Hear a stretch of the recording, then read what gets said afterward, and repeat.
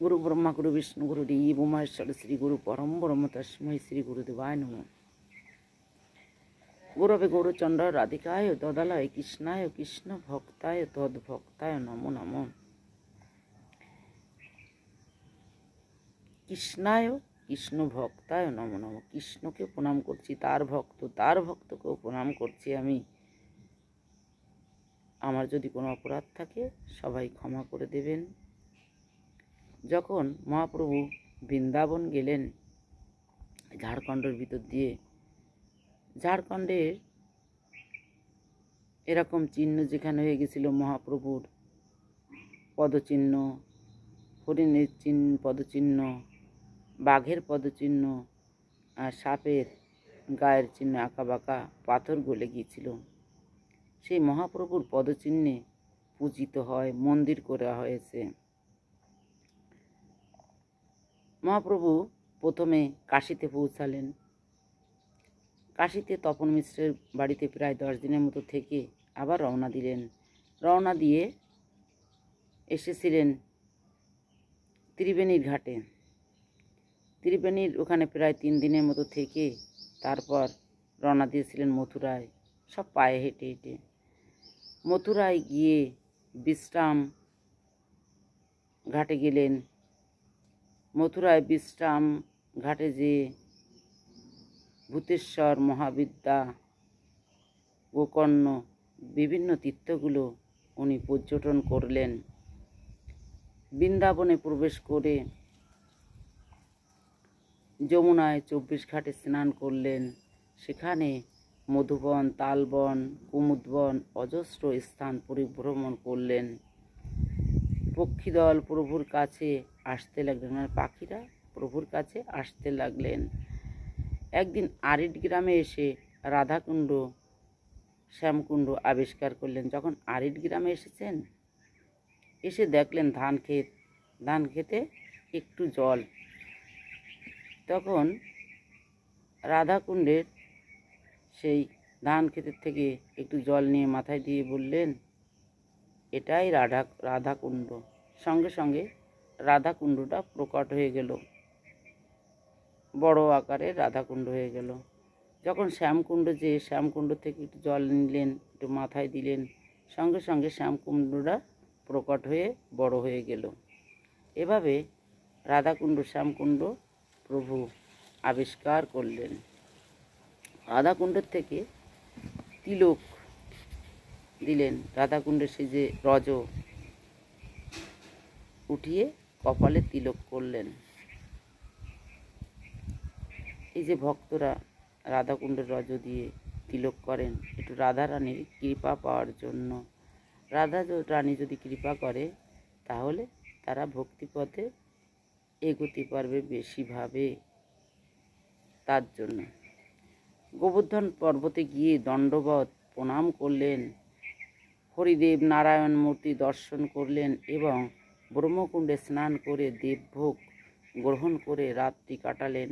পরদিন প্রভাতে মানস গঙ্গায় স্নান করে প্রভাতে গোবিন্দকে স্মরণ করে গোবর্ধন পরিক্রমা করে গাটুলি গ্রামে গিয়ে সুবিখ্যাত গোপাল বিগ্রহ দর্শন করে নাচতে নাচতে গান করতে লাগলেন। 3 দিন থাকলেন ওখানে। গোপাল দেবকে গোবর্ধন মন্দিরে স্থাপন করলেন। তুমুল জয়ধ্বনি হতে লাগলো। তারপর কামবন ঘুরে নন্দীশ্বরে গেলেন, অক্রূর তীর্থে রইলেন।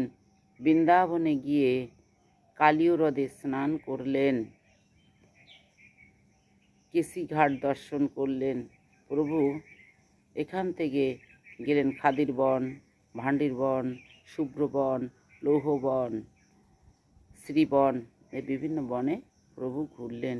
এভাবে প্রভু বৃন্দাবনে ঘুরে ঘুরে সব কিছু দর্শন করতে লাগলেন। রূপ সনাতনকে অনেক শিক্ষা দীক্ষায় দীক্ষিত করলেন। তারা তো একে তো শিক্ষিত ছিল, তারপর তাদের আচার আচরণটা শিখিয়ে দিল কিভাবে তোমরা ভগবানের নাম করবে আর কিভাবে এই লুপ্ত তীর্থগুলো উদ্ধার করবে। রূপ সনাতন কী করতো, এক এক দিন এক এক বৃক্ষের নিচে রাত কাটাতেন। এই বৃক্ষগুলো সাধু সন্ত, বৃন্দাবনের কোনো গাছের পাতা পচে না, শুকিয়ে যাবে তবু এই পাতা পচে না। এটা বৃন্দাবনের মাহাত্ম্য। বৃন্দাবনের বৃক্ষগুলো নিচের দিকে নুয়ে থাকে, এদের মাথাগুলো কিন্তু উপরের দিকে থাকে না। রাধারানীর ধাম এখানে। রাধারানীকে আশ্রয় করলে বৃন্দাবনে আশ্রয় পাওয়া যাবে। রাধারানীর কৃপা ছাড়া এখানে গোবিন্দ কৃপা করতে পারেন না। এই রাধারানীরই বৃন্দাবন। মহাপ্রভু এই বৃন্দাবন থেকে বিচরণ করলেন, তারপর আবার রওনা দিলেন। আবার এসে কাশীতে এসে চন্দ্রশেখরের বাড়ি কিছুদিন থাকলেন। ওখানে সনাতন এসে মিশেছিলেন, সনাতনকে কিছু উপদেশ দিলেন। প্রায় 2 মাস ধরে তাকে শিক্ষা দীক্ষা দিয়ে তারপর বললেন, তুমি যাও এখন বৃন্দাবনের রূপের কাছে যাও। তখন রূপের কাছে এসলেন, এসে রাধাকুণ্ডের পাশে বসে ধ্যান করতেন। একদিন সনাতন ধ্যানে বসেছেন, আর রঘুনাথ দাসও এসে ধ্যানে বসেছেন রাধাকুণ্ডের পাড়ে। কৃষ্ণ গাছের ডাল নিচু করে দিচ্ছেন, গাছে উঠেছেন, গাছের ডাল নিচু করে দিচ্ছেন, আর রাধারানী ফুল তুলছেন। এমন সময় একটা বাঘ এসেছে। রঘুনাথ রাধারানীর ধ্যানে মগ্ন। ওই বাঘটা এসে রঘুনাথকে যদি খেয়ে যায়, রাধারানী সঙ্গে সঙ্গে ডালটা ছেড়ে দিলেন। ডালটা ছেড়ে দিয়ে যেই এসেছেন, রঘুনাথকে আঁচল দিয়ে ঢেকে রেখেছেন। সঙ্গে সঙ্গে গোবিন্দ গাছ থেকে পড়ে গেলেন। পড়ে গেলে তখন সনাতন ধ্যানে বসে সব কিছু দর্শন করছিলেন। রাধারানী বাঘ চলে গেলে আঁচলটা সরিয়ে নিয়ে ওখান থেকে চলে গেলেন গোবিন্দের কাছে। তখন সনাতন ধ্যান থেকে উঠে রঘুনাথকে বললেন, রঘুনাথ, তুমি অপরাধ করেছো। আমরা এখানে রাধাকৃষ্ণের ভজন করতে এসেছি, আর তাদের কষ্ট দিতে নয়। গোবিন্দ ফুল গাছটা নিচু করে ধরেছেন, ফুল গাছের ডালটা, সে গাছে উঠে বসেছেন। রাধারানী ফুল তুলছেন, আর তুমি এখানে বসে ফাঁকা জায়গায় বসে ধ্যান করছো। আর বাঘ এসেছে জল খেতে, আর রাধারানী এসে আঁচল দিয়ে ঢেকেছেন, গোবিন্দ গাছ থেকে পড়ে গেছে। এটা কি কোনো ভজন হলো? যাও, যে কুটির নির্মাণ করো। তখন লতা পাতা জোগাড় করে কুটির নির্মাণ করলো রঘুনাথ। তারপর সেখানে বসে ভজন করত। রঘুনাথের কীর্তন অপূর্ব অপূর্ব। রাধারানীর সেই যে কীর্তন রঘুনাথ করেন, কত সুন্দর, সত্যি প্রাণটা জুড়িয়ে যায়।